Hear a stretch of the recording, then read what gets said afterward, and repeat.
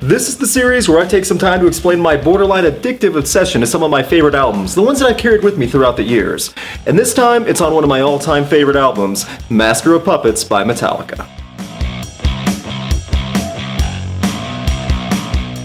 Regardless of your opinion of the band members, their discography, and their influence in the music industry, you cannot deny that Metallica have earned the right to be a household name for their contributions to music.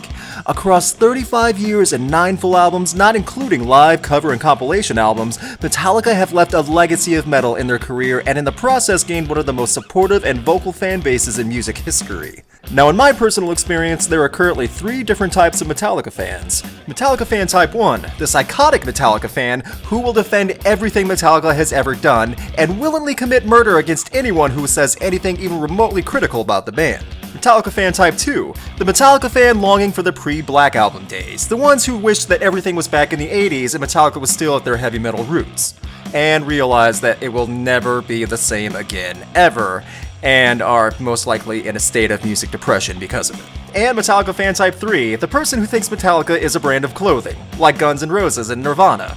They actually have never heard one song from any of these bands and legitimately thinks that Metallica is nothing but a posh brand of t-shirt. Regardless of the Metallica fan type you are, you have to appreciate the fact that this is a band that came out of a garage and became the spectacle they are today, playing across 7 continents, including Antarctica, and being respected by every music genre. And one of the main reasons why is because of Master of Puppets.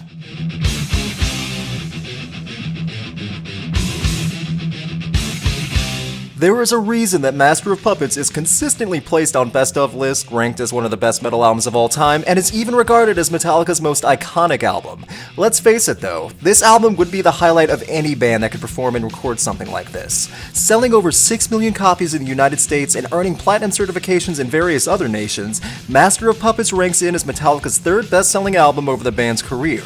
Released in March of 1986, now 30 years ago, this was Metallica's first major record label release and was the counterculture of real metal in a time where the glory days of hair metal stood supreme. Back in 1986, Metallica was strong, but not nearly as strong as Poison. Thank God Metallica was around to push forward what metal should be. There is very little I can say about Master of Puppets' accomplishments that hasn't already been said. Just about every other year there is a new list of greatest metal fill-in-the-blank ever is released, and Master of Puppets is usually at the top. But that doesn't mean I can't say why I love this album, remind old listeners, and show a few new ones of just how good Master of Puppets is. So, let's go from track to track, from back to the front, and see why Master of Puppets is so excellent.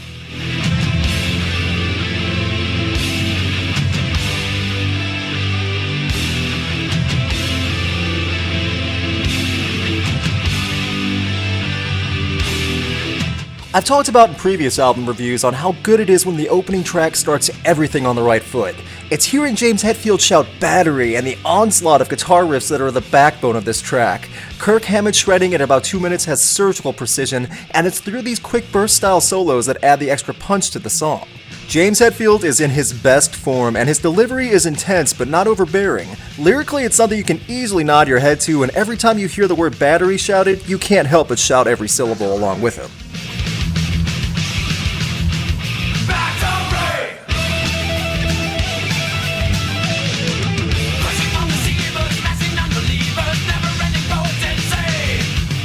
See, I had owned Master of Puppets since I was a freshman in high school, but I never really listened to it until I was a senior. See, in my senior year, I was in a music appreciation class, and there was a student there who brought in Battery for Master of Puppets as his favorite song ever. And that was one of the songs you could play so long as it didn't have profanity or anything that'll get the teacher fired. So we all, as a class, listened to Battery, and I was much more blown away by that than listening to anything from Metallica before, because it was the first time I really focused and paid attention to the music. So I went home that day and listened to Master of Puppets, the album, from front to back.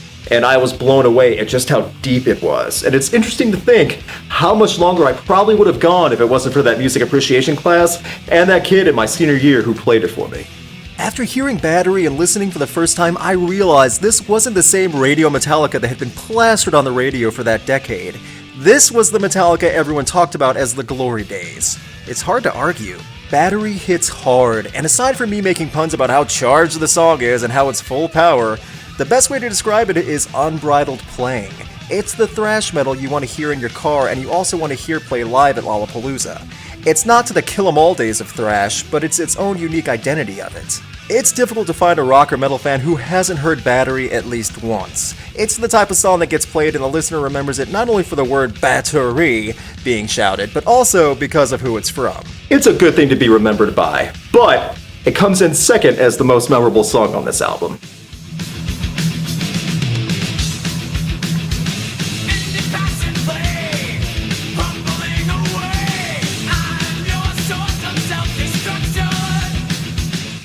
The title track, Master of Puppets, is the undeniable iconic Metallica song.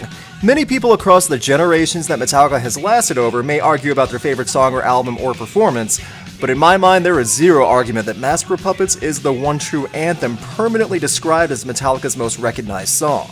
People can argue that Enter Sandman is the most played song and is Metallica's sing-along that everyone hears all the time, but that was the transition. Master of Puppets is the true identifier of how talented Metallica is. That's why it's so remembered by rock and metal fans, as opposed to the mainstream of Enter Sandman. That's why this song stands out so much more as what Metallica can do. On every level, you hear the band working together and in unison. Listen to the timing of the riffs in unison with the drums to create those descending 3 notes. The track is rhythmic and guttural, and at no point for over 8 minutes did the song not feel like it's resetting your own pulse to match its own beat.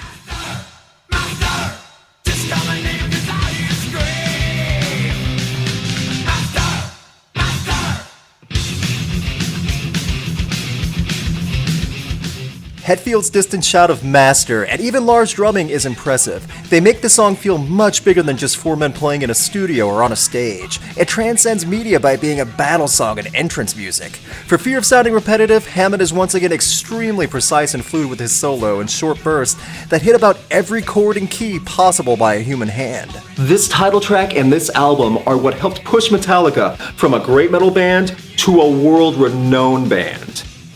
However, the sock puppet parody might give them a run for their money now.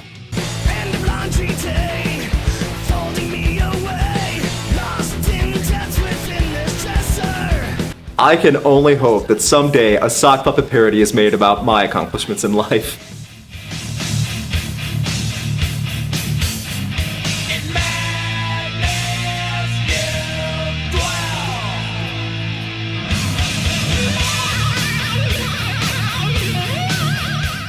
It sounds so odd saying this, especially coming from my mouth considering past videos, but Lars Ulrich really makes this album stand out. No, I really mean that, and in a good way. Alternating from deep bass pedals to tight and rhythmic cymbal bashing, his drum work carries this song. The solo right before the 4-minute mark stands out better because of it. Hetfield's vocals are expressed as a war chant thanks to what Lars brings in the thing that should not be. I love how this track is laid out in the track list. After 2 extremely loud and fast songs that both themselves have some speed changes, you get a very heavy and deep song that is based around the rhythm and is carried by this drum work. Metallica was capable of so much more than Battery and Master of Puppets. It's a shame because many people who haven't heard past radio Metallica really don't understand just how well they could not only craft a song, but how they could space a melody out and really set up a mood and atmosphere. Yeah, songs like Enter Sandman and King Nothing are easy to sing along to and have a good flow, but when you listen to tracks like The Thing That Should Not Be and Welcome Home, you understand how a good rhythm and pace can actually build a much stronger feeling while listening than just some scary bedtime chant.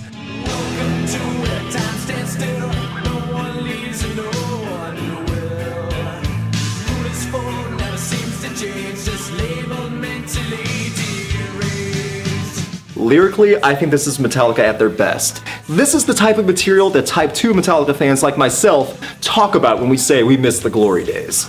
While I flash some of the lyrics on screen, really think about these while you listen to the song. Think about a perspective from someone literally suffocated by his surroundings, by physical walls and mental illness. Listen to the music as it builds from morose and reflective to rebellious and vengeful. The gradual build in intensity in bass and guitar work is enough to make your own fingers blister just listening to it, let alone trying to play along. Welcome Home Sanitarium has everything a metal fan could ever want. It is what 4 musicians can create when at that level of talent and focus. While many people have their own personal favorite and this track isn't thrown around as much in the category of favorites, Welcome Home Sanitarium is my favorite Metallica song. Nothing even comes close for me. Seems the only way for reaching out again.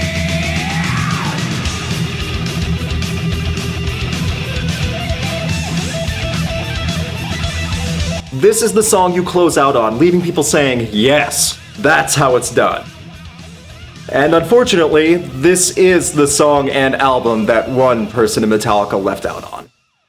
Yeah, let's talk about the elephant in the room and mention Cliff Burton, and how this was his last album.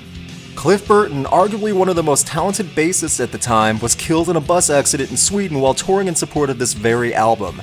He died on September 27, 1986, one day after his final performance in Stockholm on said tour. He was only 24 years old. There are many more circumstances regarding the bus crash involving the driver and the bus setup itself, but the unfortunate result is still the same. The world lost an extremely talented musician at a very young age with an amazing career ahead of him. Yeah, it's easy to make jokes about how, oh my gosh, so-and-so's still alive in the music scene while Cliff Burton's dead. Oh, it's awful. It is awful, and there's not really many jokes that should be made about it, though. And Cliff Burton was put in the Hall of Fame back in 2009 with the rest of Metallica, but the truth is, it's kind of a shame that Cliff Burton isn't remembered for how good of a musician he really was. He's only remembered as the band member from Metallica that died. One good thing about this, however, is that he left on one of the highest notes possible, with having Master of Puppets being his final album. So even though it's going on 30 years since his death, I for one will try to remember him instead of for what he accomplished by age 24, as opposed to his untimely demise. Namely, this album, and especially this song. There. Anyone else bummed out now because Cliff Burton did more by age 24 than most of us will do in our entire lives? Me too!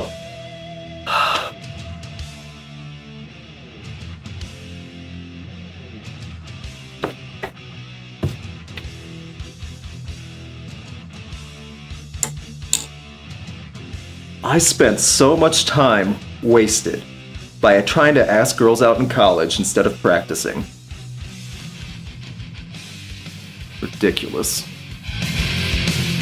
Back to the front, you will do what I say. When I say back to the front, you will die. When I say you must die. If this song came out today, I am positive the chant "Back to the Front" would be the drunk fan chant at every Metallica concert.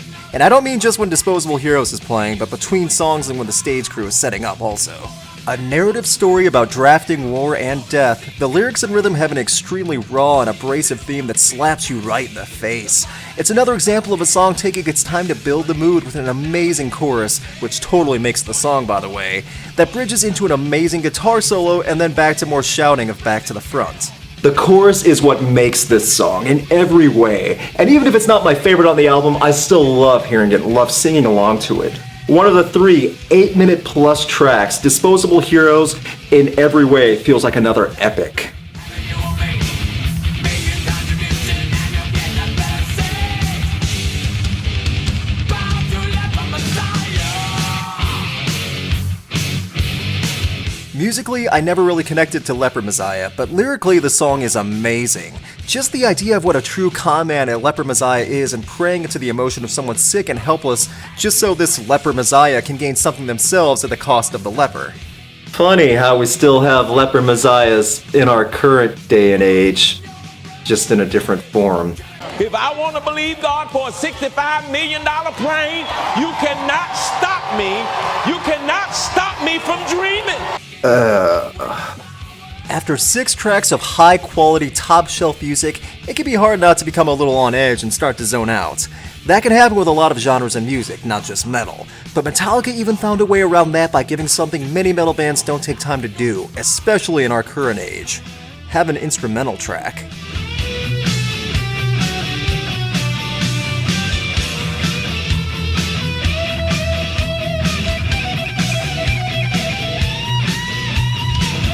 And it's in one of the best-selling metal albums of all time from one of the best-selling bands from all time that we get a full instrumental track. It's literally the perfect argument for all those screaming parents back in the 80s saying how metal is nothing but screaming and volume. Here's proof that it's more than that. Here's a track solely dedicated to the mood and playing instruments together. Orion is over 8 minutes without a single word sang, but feels as heavy and powerful as anything else on Master of Puppets. It gradually builds, and you can distinguish each member's contribution as opposed to hearing one person dominate the entire track. Except for a few sequences dedicated to an amazing guitar bass solo.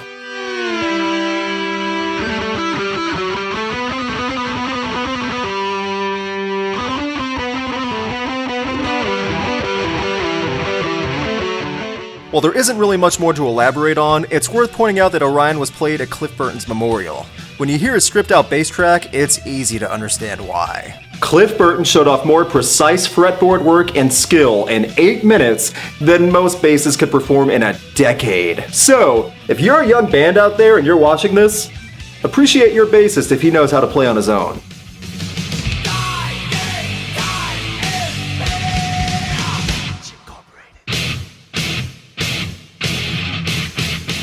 The ending track leaves you with another punch. It's another quick shot of varying speeds, closing with Hetfield's whispered "Damage Incorporated," and the final guitar riffs really stand as the perfect summary of a brutal and strong thrash album.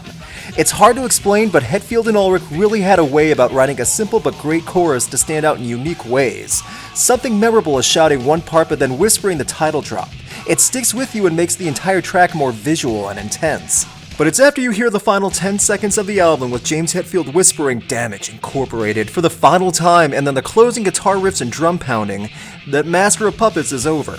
Not so much a flicker or a whimper, but Metallica snuffed their own album out as loudly as impressively as it started. And then it hits you even harder. The third album from Metallica, Master of Puppets, is something you need to hear again.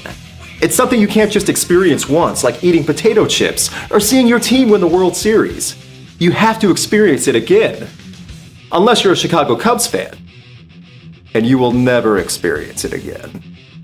Metallica created something special in the 80s. Even if methods and directions changed, it doesn't mean we still can't love Metallica for what they gave us back then. Albums like Ride the Lightning and Justice for All and Master of Puppets stand as a testament not only to the surgence of thrash in the 80s, but have lasted for decades as some of the best in the genre. We, including myself as a Type 2 Metallica fan, don't have to be upset about how Metallica albums may have changed over the years. That does not change what we were given years ago. It's not like they are going to go George Lucas and change elements to what they think they should be now. Or at least I hope not. And that leads to my final point. I love Metallica. But that doesn't mean I have to love every single thing they've done. Months ago, I spent over 20 minutes explaining why Saint Anger was so bad and how many people wanted that album pointed out as something worth regretting. And even though Saint Anger literally gave me a headache, it still doesn't make me dislike Metallica any less. Think of a parent who has a very intelligent but occasionally misbehaving child. Just because the child lashes out and does something they shouldn't have, that doesn't mean the parent loves the child any less. The parent still knows what the child has done in the past and knows what the child can do in the future. I don't think everything Metallica has ever done has been perfect. I don't know any band with that record.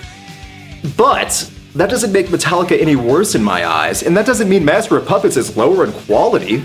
In fact, I think that makes me love Master of Puppets even more. We can love a band even if not everything they've done is a home run. It's when that home run is hit, however, that we should hang on to it. The reason that Master of Puppets is so beloved is because the reasons I listed in the video for each song, and because it stood the test of time. Whether you're a Type 1 or Type 2 Metallica fan, it's safe to say we all love Metallica. Even if it's a little bit more difficult for some than others to admit that everything Metallica has done hasn't been gold. One thing we shouldn't forget to do is to remember how good something is when we have it. As for some of the best Metallica, one of the most well-known bands of all time, we should remember Master of Puppets as having everything we could ever want. Hey everybody, thank you for watching. Please subscribe if you haven't, it really helps out a lot, and also consider helping support Rocked on Patreon. Even if it's just $1 a month, it helps out greatly to put more episodes up like this. You can check it out on the YouTube card or description link. You can follow me on Facebook, Twitter, and Instagram at Rocked Reviews, and you can see a video on another one of my all-time favorite albums about the Mars Volta's Francis the Mute by clicking the YouTube card or annotation.